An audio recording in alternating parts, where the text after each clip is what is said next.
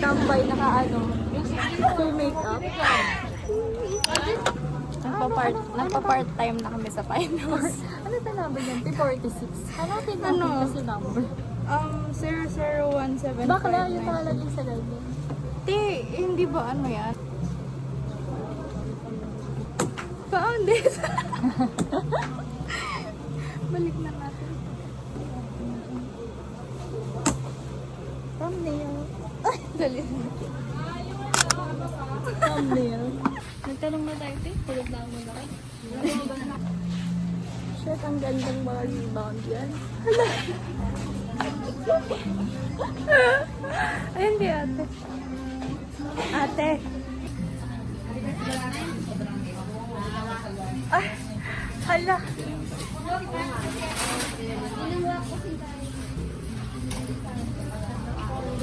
Saan tayo, guys? Vlog takeover po.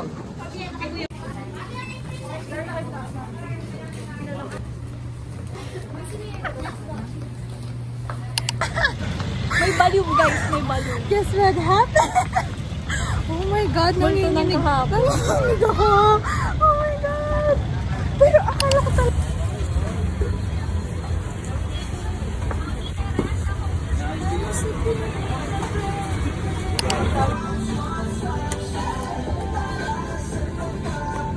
Sir. Endorser ni Uncle John. Hindi mo naman sinabi.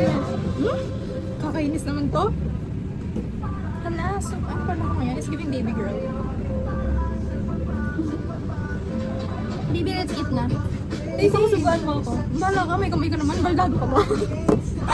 Kakainis naman yun. Jowa mo walang kaslit sa katawan.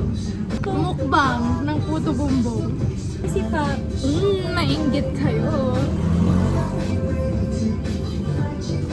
Ang harap. Dagat talaga yung puto bumbong dito. Our puto bumbong has lettuce lang. hindi siya with cheese. With leche flan. Sorry. Special. Hindi siya tumatayo. Patayuin mo. Ang laki ng mukha ko. Pumunta pa ako. Craving satisfied. Oh my God. Dahil kong pinangarap to. Panaginipan ko na to. Totoo ba? Kasi nga hindi nga ako nakakain last year. Nung andito na ako sa Angeles, wala na. Di rin kasi ako mananap ko na. Parang it's too bland. Well, ito oh. Hindi ko lang nalaman yan. Hindi naman kasi kakang jowa para malaman mo yung mga ayaw ko sa pagkain natin. Excuse me, alam ko yung mga ayaw at hindi na mga taga doon, no? Ako hindi ko alam eh. Alam ko nga mga favorite ulam nila eh. Kasi sila palagi mong kasama. Ang tambo. Mainit pa nga ako eh. Ano? Pero hindi ka ganyan nag-effort sa friendship natin. Ano ba? I was too young ba? Ang bawas to yun. Ay! Ay! Ay! Ay! Ay! Ay! Sana all! Mga taon, mga bata. Kami wala. Kami magkasama.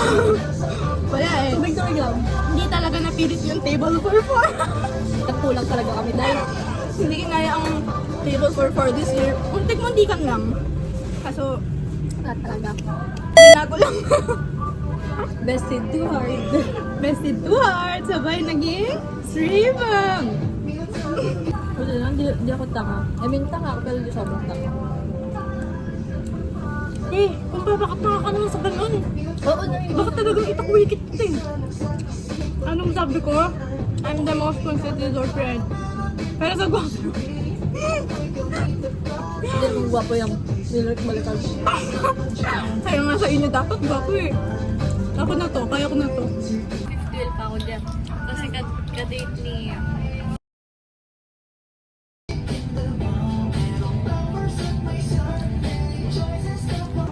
Sino ang pinakamalabang maging balik? Ako nga.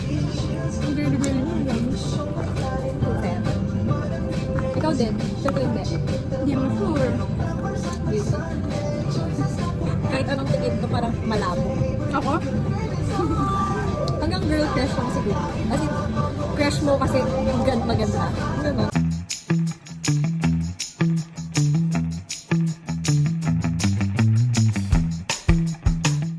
Nasaan na naman tayo? Nagiging pamilya na naman. Tela.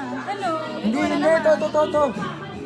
So, Tela nga. Akala ko tarpaulin, gago. Ay, ka muna. George Jervis.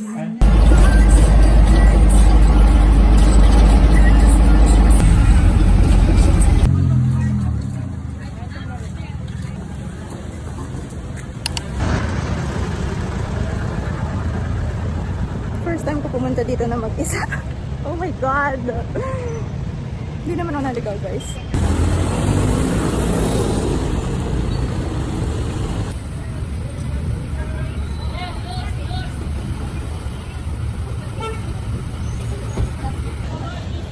Babalik na akong SIT kasi babalik na ako sa bahay namin.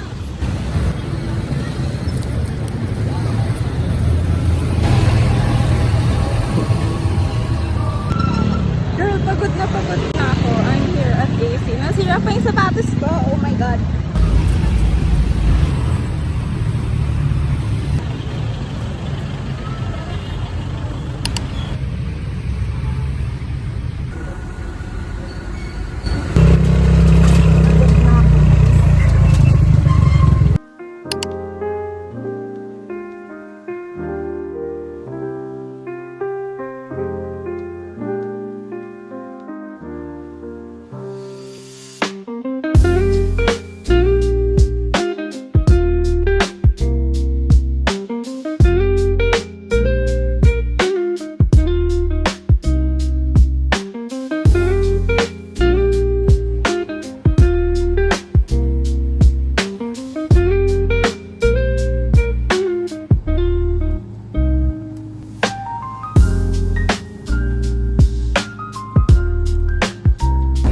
Complete sila dito, guys. Like, meron silang ganyan. And even this one, nawala sa ibang 7-Eleven.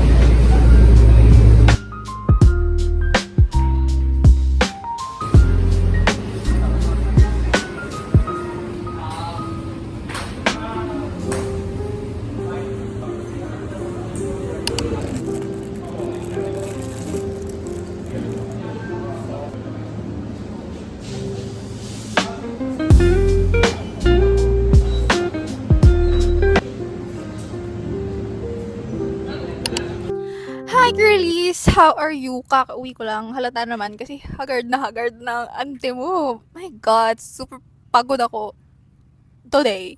Talaga, like, pag-aasikaso ng kung ano-ano for my OJT, mga requirements, ganyan. Oh my God, ayoko na ng adult life. Lord, avoid. Charot. Balik na lang sa pagkabata, yung Barbie lang, ganyan. Kikipag-away ka lang sa mga kalaro mo. Anyway, after ko mag-asikaso nga, mag ng mga errands kanina, no? Tinry ko na yung 7-Eleven sa my friendship. I think it's the biggest 7-Eleven here in Pampanga. And I've been wanting to go there since last year pa. Ang kaso, hindi ako nakakapunta-punta. Like, pag inaaya ko yung friend ko, for some reason, lagi kami hindi natutuloy. Anyway, dahil nga along the way naman siya kanina, like, madadaanan ko naman siya. Kung saan ako dumaan kanina, malamang, tinry ko na siya. And if napanood niyo yung clips before this, tinry ko yung hotpot nila and medyo natanga ang lola niyo kasi really hindi ko alam like paano yung process, ganyan. So, nagpa-assist ako. No? Nagpa-assist ako sa cashier. And I'm just so proud of myself kasi the old me, siguro, dahil hindi niya alam yung gagawin, pumili na lang siya ng ibang pagkain. Kasi ayaw niya mapahiya, ayaw niya magtanong, nahihiya siya. But, yeah, dahil new year, new me, charot. Ayun, nagpa-assist ako. Sabi ko, paano po to? Sorry, can you like assist me? Ayun. So, hinelp niya ako. Na super bait niya. Tapos, smiling face pa, ganyan. Super polite din. Tapos, as in, in-assist niya ako hanggang mabayaran ko na, malamang. Tapos, ayun, umupo na ako kumain. After that, may pumasok na American. Tapos, nagbabayad na siya sa cashier. Bigla siyang sumigaw, girl. And ako, nagulat ako kasi, anong grabe naman to? Eksena naman si ate. Ay, lalaki siya. umeksena naman siya, parang tahi-tahimik sa loob, no? So, umeksena siya, so lahat ng mga tao na nandun, tinginan sa kanila. And, yung cashier tuloy, para siyang napahiya, tas tumawa na lang siya para, alam niyo yun, parang, hindi okay lang, parang ipakita na okay lang naman siya, ganyan. Tas ako, parang sabi ko, the audacity naman na sumigaw-sigaw ng American na 'to. As in, galit na galit siya, tas namumula yung mukha niya. Parang, anong karapatan niyang sumigaw? Binili mo ba yung pagkatao nung cashier? Parang, so, OA ha? Napaka-OA, pinaka-OA. I mean, okay, siguro nagkamali yung cashier, no? Di naman din kasi maiiwasan. Girl, pagod ang mga yan. So, minsan, nalulutang sila, ganyan, nagkakamali. Doesn't give you the right to shout at them. 'Di ba? Pwede mo namang sabihin ng mahinahon na, ay, hindi, okay lang, ganito. Sige, nagkamali ka. Hindi nga sisigawan mo. Papahiya mo pa yung tao. Nakakainis talaga. Nainis talaga ako kanina. Hindi ko tatuloy malasahan yung kinain ko. Parang nakarelate ako dun sa cashier kasi na-try ko na mag-serve before. I mean, nag-work kasi ako sa isang coffee shop. Share ko lang, no? Nag-work kasi ako sa isang coffee shop before na parang may makeup something siya. So, doon ako na-assign. Isa akong beauty consultant doon. Tapos, may mga rude customers na akala mo talagang kaya ka nila bilhin. One time, may pumasok, sabi niya, "Do you think I can't buy this? I want this, I want this. Yan, ibalot mo lahat yan." Sabi niya sa akin, girl. Like, may mga ganun talagang customers hindi talaga maiiwasan and nakakainis lang talaga. Kasi, syempre, as an employee, wala kang magagawa. Tay, matatagal ka sa trabaho pag sinagot-sagot mo yun. Anyway, ayun lang. Gusto ko lang sabihin na huwag kayong maging rude, no? Sa mga cashier, sa mga nagsiserve, sa mga fast food man yan, sa restaurant man yan. But always choose kindness. Wow! Ang bait mo! Mama Mary! Sa akin lang naman, no?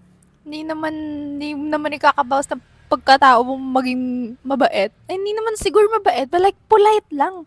Trato nyo lang naman siguro sila na bilang tao. Hindi yung sisigaw-sigawan nyo, girl. Imagine, nag-work hard sila for their family para lang kumita ng pera. Tapos, may problem pa sila sa bahay. Yung iba sa kanila. Tapos, sisigawan nyo. Eh di, ate, grabe naman. Wala ka nang... Anyway, ang dami kong sinasabi na naman, no? But yeah, super pagod ako today talaga. At sana matapos na yung mga requirements na yan, no? OJT na lang, please lang, please lang. Masyado na akong pagod, charot. Anyway, ayun lang. That's it for this vlog, girlies. Bye!